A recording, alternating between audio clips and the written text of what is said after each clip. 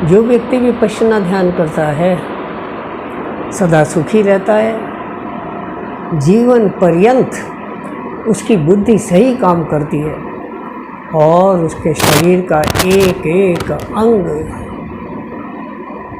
व्यवस्थित रूप से हर काम को अंजाम देता है, अर्थात उसका एक पर्टिकुलर अंग कभी बीमार नहीं होता, धोखा नहीं देता या पैरालिसिस का खतरा उसको कभी नहीं होता। आखिर क्यों? क्योंकि हम जानते हैं कि हम शरीर के जिस अंग पर ध्यान देते हैं वहाँ पर रक्त का संचार तेज़ी से शुरू हो जाता है। रक्त का संचार तेज हो जाता है तो वह पर्टिकुलर बॉडी पार्ट स्वस्थ रहता है और वहाँ पर कोई भी बीमारी जल्दी से टिक नहीं सकती, कोई इन्फेक्शन हो नहीं सकता। इसीलिए अष्टांग योग में 7 चक्रों का वर्णन है कि जिस चक्र पर ध्यान करके हम प्राणायाम करते हैं, मेडिटेशन करते हैं, उस विशेष चक्र के आसपास के सभी अंग स्वस्थ रहते हैं और उनको कभी कोई व्याधि नहीं घेरती। लेकिन इन 7 चक्रों के ऊपर अलग अलग हम ध्यान नहीं कर पाते, हमें समय की कमी है। लेकिन विपश्यना ध्यान में ऐसा प्रावधान है कि हम सर की चोटी से लेकर पैर के नाखून तक एक एक अंग के एक एक कोशिका पर, सेल पर ध्यान देते हैं। उसमें होने वाली संवेदनाओं को बहुत ध्यान से देखते हैं तो उससे कई लाभ होते हैं। एक तो हम पूरी तरह निर्विचार हो जाते हैं, निर्विकार हो जाते हैं, बाह्य संसार का पता नहीं रहता, चिंताओं से मुक्त होते हैं, तो प्राकृतिक आनंद उभरता है जिसके लिए हम जीते हैं। तो उसी बात एक एक कोशिका में होने वाली संवेदनाओं को देखने से एक एक कोशिका में रक्त का संचार बहुत अच्छा होता है। तो बॉडी पार्ट ही नहीं, एक एक सेल में रक्त का संचार अच्छा होने से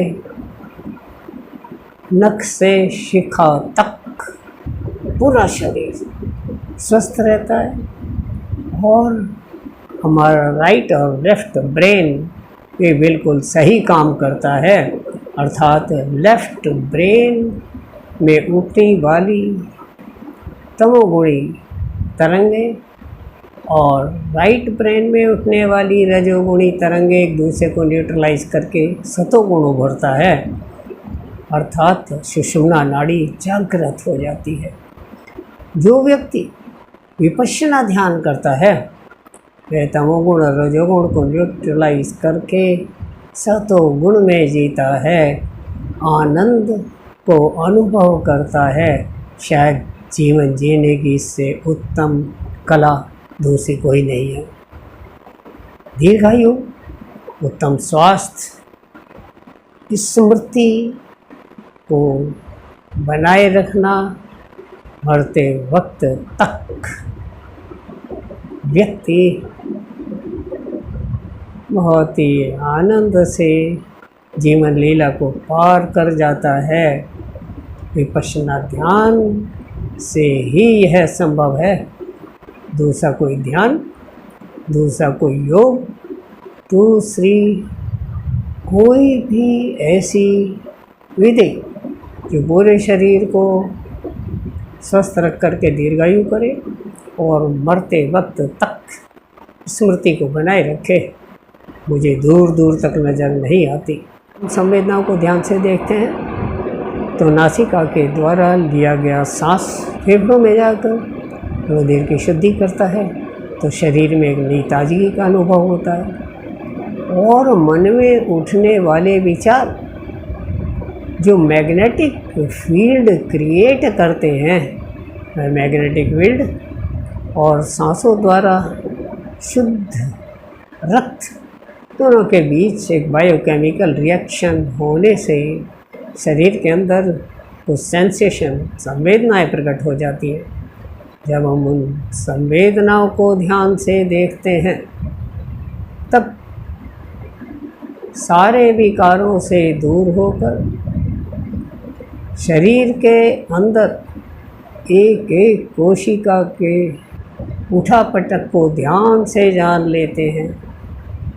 इस प्रकार ये संवेदनाओं को देखने से जहाँ एक और स्वास्थ्य सुलभ होता है, स्मृति प्रखर होती है, वहीं कमर गर्दन सीधी करने से सुषुम्ना नाड़ी जागृत हो जाती है। तो स्वास्थ्य, आनंद और दीर्घायु का ये अद्भुत संगम विपश्यना है। इसका लाभ अवश्य लेना चाहिए। मात्र इतना ही निवेदन है, अपने चहेतों तक भी इस वीडियो को अवश्य शेयर करें, पुण्य लाभ भी लें।